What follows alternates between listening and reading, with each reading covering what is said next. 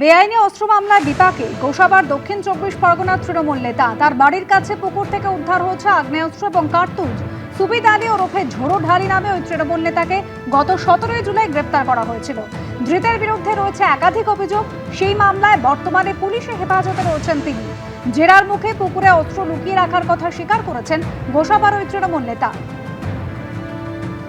এদিকে কেন্দ্রীয় স্বরাষ্ট্রমন্ত্রী অমিত শাহকে চিঠি লিখেছেন লোকসভায় বিরোধী দলনেতা রাহুল গান্ধী। দুটি প্রশ্ন তিনি করেছেন।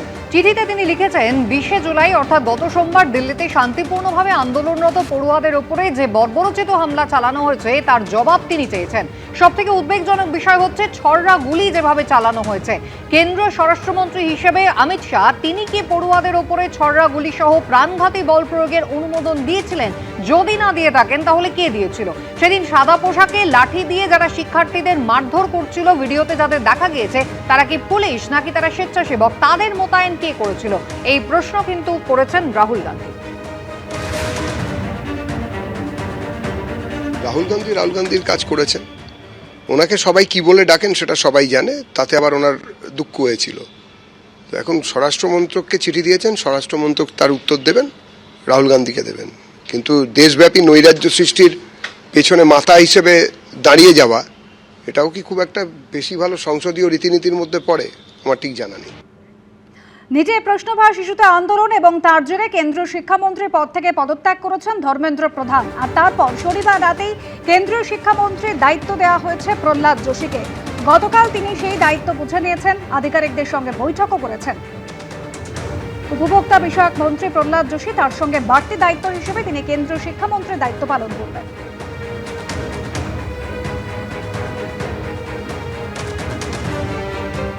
माननीय प्रधानमंत्री जी ने पूरा विश्वास रख के मुझे ये जिम्मेदारी सौंपा है। मैं आज सुबह इधर आके चार्ज लिया हूँ।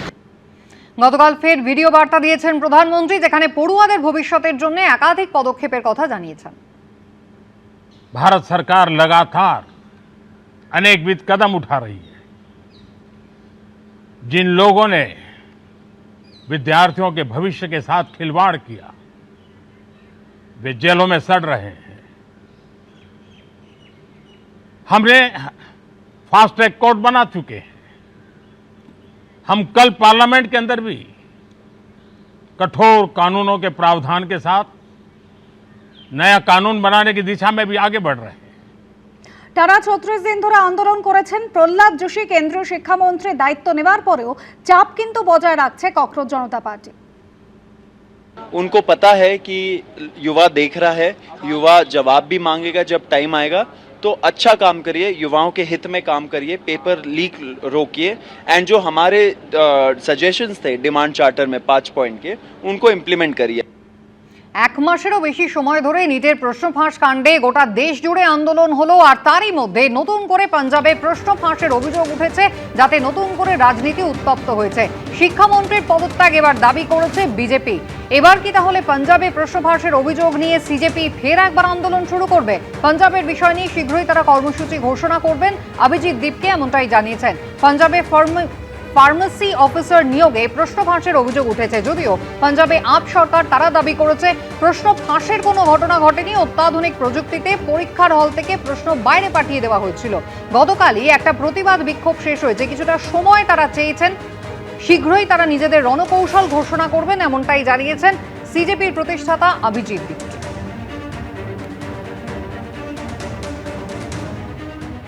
आगे की रणनीति हम बताएंगे, जल्दी बताएंगे। कल ही तो खत्म हुआ है, थोड़ा तो हमें टाइम दे दीजिए। बिल्कुल सर। yes. और पंजाब पेपर लीक को लेकर कुछ कहेंगे सर? उस पर भी करेंगे, हम बोलेंगे, हम उसी के पर प्लानिंग कर रहे हैं अभी। আর এই নিট প্রশ্নফাঁস ইস্যুতে শুক্রবার ধর্মতলায় হয়েছিল মিছিল। সেই মিছিলে ধুন্ধুমার বাঁধে 14 জন গ্রেপ্তার হয়। আর ধর্মতলা কাণ্ডে ধৃতদের কয়েকজনের তৃণমূল যোগ রয়েছে। অভিযুক্তদের অন্যতম মোহাম্মদ আফরোজের ছবি পাওয়া গিয়েছে মেটিয়াবুরুজের তৃণমূল বিধায়ক খালেক মোল্লার সঙ্গে। পুলিশ সূত্রে দাবি, গ্রেপ্তার হওয়া 14 জনের একজনও ছাত্র নন। নিটে প্রশ্নফাঁস কাণ্ডের প্রতিবাদ আর সেই ছাত্র বিক্ষোভ ঘিরে একাংশের তাণ্ডব। ধর্মতলার ঘটনায় যাদের বিরুদ্ধে অভিযোগের আঙুল উঠেছে, পুলিশ সূত্রে দাবি তারা কেউই ছাত্র নয়। তবে ছাত্র না হলেও এই ঘটনায় এখনো পর্যন্ত যে কয়েকজনকে গ্রেপ্তার করা হয়েছে তাদের অনেকের সঙ্গে রাজনৈতিক যোগ পাওয়া গেছে। যাদের মধ্যে একজন হলেন মেটিয়াবুরুজের বাসিন্দা মোহাম্মদ আফরোজ। এই আফরোজের বিরুদ্ধেই উঠেছে তৃণমূল যোগের অভিযোগ। গ্রেপ্তারির পর সামনে আসছে তাঁর একের পর এক ছবি আর রিলস ভিডিও, যার একটিতে দেখা যাচ্ছে মেটিয়াবুরুজের তৃণমূল বিধায়ক আব্দুল খালেক মোল্লার নির্বাচনী প্রচারের গাড়িতে উত্তরীয় পরে দাঁড়িয়ে আফরোজ। তৃণমূল কংগ্রেস তো জামাতিদের পার্টি, সবাই জানে, অতএব জামাতিদের সঙ্গে যোগ থাকবে, এটা স্বাভাবিক।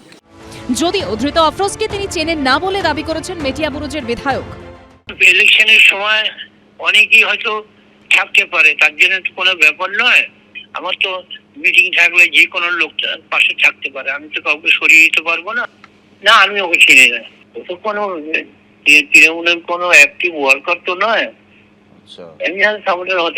যেরকম ভাবে পরিস্থিতি হয়েছিল গত পরশুদিন ধর্মতলা চত্বরে, সংবাদ মাধ্যম থেকে শুরু করে পুলিশের দিকে জুতো বোতল তারা ছুটতে শুরু করে এবং এই আফরোজের নাম কিন্তু মুখ্যমন্ত্রী তিনি কিন্তু সামনে নিয়ে আসেন। আফরোজ হচ্ছে তৃণমূল কর্মী হিসাবে এলাকায় পরিচিত। শনিবার বিধানসভায় মুখ্যমন্ত্রীর মুখে শোনা যায় এই আফরোজের নাম। 4 জন কুখ্যাত লোকের নাম আমি এখানে বলছি, যাদেরকে আমরা ছাড়বো না।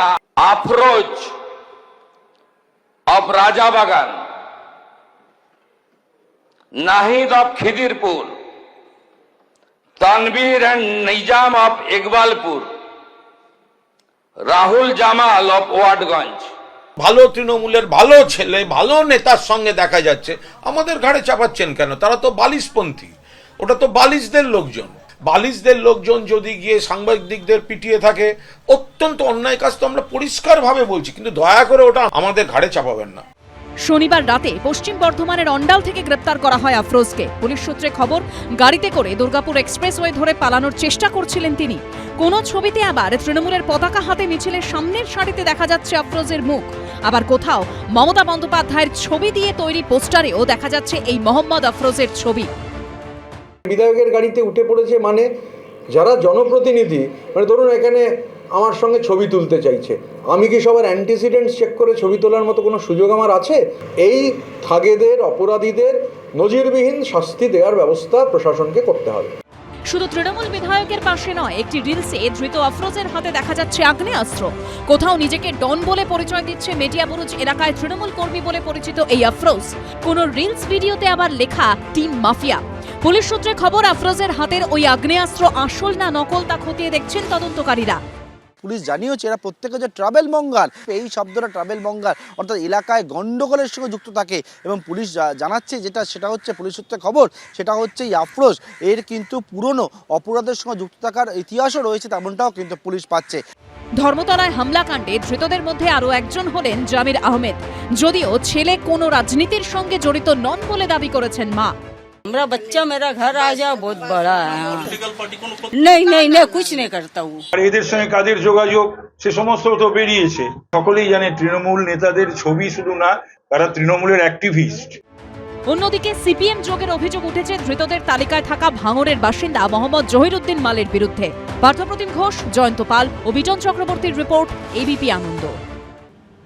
নিটকাণ্ডের প্রতিবাদে বামপন্থী সংগঠনগুলির মিছিল ঘিরে ধর্মতলায় ধুন্ধুমার বেঁধেছিল শুক্রবার। ঘটনায় দ্রুতদের কয়েকজনের সিপিএম যোগ নিয়ে ইতিমধ্যেই শুরু হয়েছে শোরগোল। দ্রুত এক যুবকের বাবা দাবি করেছেন ছেলে সিপিএম সমর্থক, ঘটনায় জড়িত নয় দলের কেউ, পাল্টা দাবি করছে সিপিএম। এই সরকারটা শ্যামাপ্রসাদের সরকার, বাবরের সরকার নয়, হুঁশিয়ারি দিয়েছেন বিজেপি রাজ্য সভাপতি।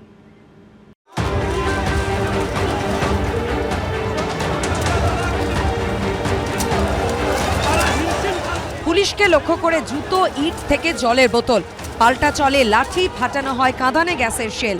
হামলার মুখে পড়তে হয় সাংবাদিকদেরও।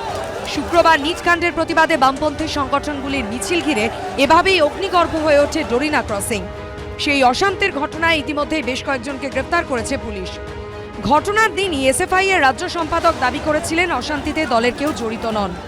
অগুন্তি ছাত্রছাত্রী যখন ডোরিনা ক্রসিং দখলে নেয়, তখন সেই ভিড়ের মধ্যে এই বিজেপির বাঁদররা, এই বিজেপির গুন্ডারা এই ভিড়ের মধ্যে ঢুকে নানাবিধ অশালীন আচরণ সংগঠিত করেছে। যদিও ধৃতদের কয়েকজনের সিপিএম যোগ ঘিরে এখন শুরু হয়েছে শোরগোল। দক্ষিণ 24 পরগনার ভাঙড়ের বাসিন্দা মোহাম্মদ জহিরুদ্দিন মাল, তার পরিবার সিপিএম সমর্থক।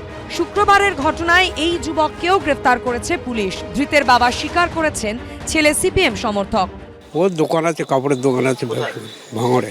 মিছিল এসেছিল এমনি। জহিরুদ্দিন স্টুডেন্ট? জহিরুদ্দিন নিজে পড়াশোনা করে না, নিজে পড়াশোনা করে না এখন। নিজের কোনো পরীক্ষার্থী আছে আপনার বাড়িতে? আছে, ভাগ্নিরা সব পড়াই হয়েছে। দিচ্ছে ডাক্তারি পরীক্ষা দিচ্ছে? না। আচ্ছা, এই জহিরুদ্দিন কত ক্লাস পর্যন্ত পড়াশোনা করেছে? এই 12 ক্লাস। পার্টি করতো? কোন পার্টি? পার্টি উনি সিপিএম করতো। সিপিএম থেকে কি এসে বলা হয়েছিল যে ওদের মিছিলে যেতে হবে? তেমন কিছু শুনিনি। এইবারে ভোটে কার জন্য, কার হয়ে কাজ করেছিল? নওশাদ সিদ্দিকী। ওই নামে কোনো পার্টির সদস্য আমাদের আছে বলে আমার জানা নেই, সম্বোধন নেই। কিন্তু এটা ঠিক, 14 জন যদি মানুষ সব মিলে ধরা পড়ে, তার মধ্যে একজন সিপিএম এর সমর্থক পরিবার হবে না, এটা হয় নাকি কখনো? সিপিএম আছে রে বাবা, সমাজে থাকবে না কেন? ঘটনায় সিপিএমকে তীব্র কটাক্ষ করেছে বিজেপি, পাল্টা জবাব দিয়েছে সিপিএমও। যারা দেশ বিরোধী শক্তি উপরে মাথা ছেড়ে দিয়েছে, আর এখানে যারা কমিউনিস্ট আছে, যারা এই দেশটাকে টুকরো করেছিল, তারা আজকে পিছনের দরজা দিয়ে এখানে ঢুকেছে। এই সরকারটা শ্যামাপ্রসাদের সরকার, বাবরের সরকার নয়। আমরা পুলিশকে বলছি আইনের পথে চলবে। ভারত তেরি টুকরে হোঙ্গে আর কাশ্মীর মাঙ্গে আজাদি, এই কথা বলে কেউ যেন সুস্থ শরীরে বাড়ি না ফিরে যেতে পারে, তার জন্য অন্তত একটা সরকারি হসপিটাল এমার্জেন্সি রেখে ঘুরে যেতে হয়, ওপিডি ঘুরে যেতে হয়। কদিন আগে তো বলছিলেন সিপিএম সহ সবাই আমাদের সঙ্গে আসুন, আমরা একসাথে জোট বেঁধে হাতে হাত ধরে কত কিছু বলছিলেন। তো দেশদ্রোহী জানলে তখন বলেছিলেন কেন? নাকি যেদিন বলেছিলেন তার আগে দেশপ্রেমিকা পরে দেশদ্রোহী হয়ে গেল? যারা স্বাধীনতা সংগ্রামে কোনো ভূমিকা পালন করেননি, বরং পারলে বিশ্বাসঘাতকতা করেছেন, তারা দেশপ্রেমিক বনবার চেষ্টা করতে পারেন, কিন্তু ইতিহাসের খাতায় তা মান্যতা পাবে না।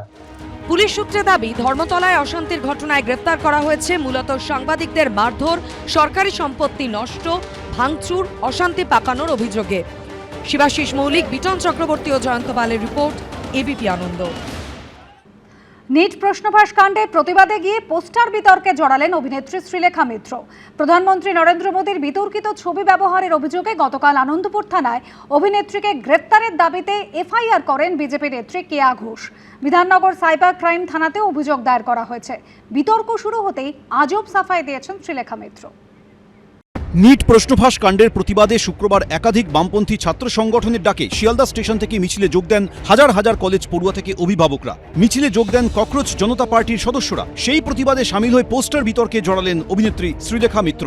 সেখানে প্রধানমন্ত্রী নরেন্দ্র মোদীর বিতর্কিত ছবি ব্যবহারের অভিযোগে তাঁর বিরুদ্ধে অভিযোগ দায়ের হলো একাধিক থানায়। রবিবার আনন্দপুর থানায় অভিনেত্রীকে গ্রেফতারের দাবিতে এফআইআর করেন বিজেপি নেত্রী কেয়া ঘোষ। অভিযোগটা হচ্ছে শ্রীলেখা মিত্র যে কুরুচিকর ছবি, এবং ছবিটা আছে আমরা অভিযোগের সঙ্গে জানিয়েছি, সেই ছবি উনি ওপেন প্ল্যাটফর্মে প্রতিবাদের নামে এই বাদনামিগুলো উনি করেছেন, এবং তাকে গ্রেপ্তারের দাবি জানিয়ে আজকে আমাদের এফআইআর, এবং সোজাসুজি এফআইআর করেছি।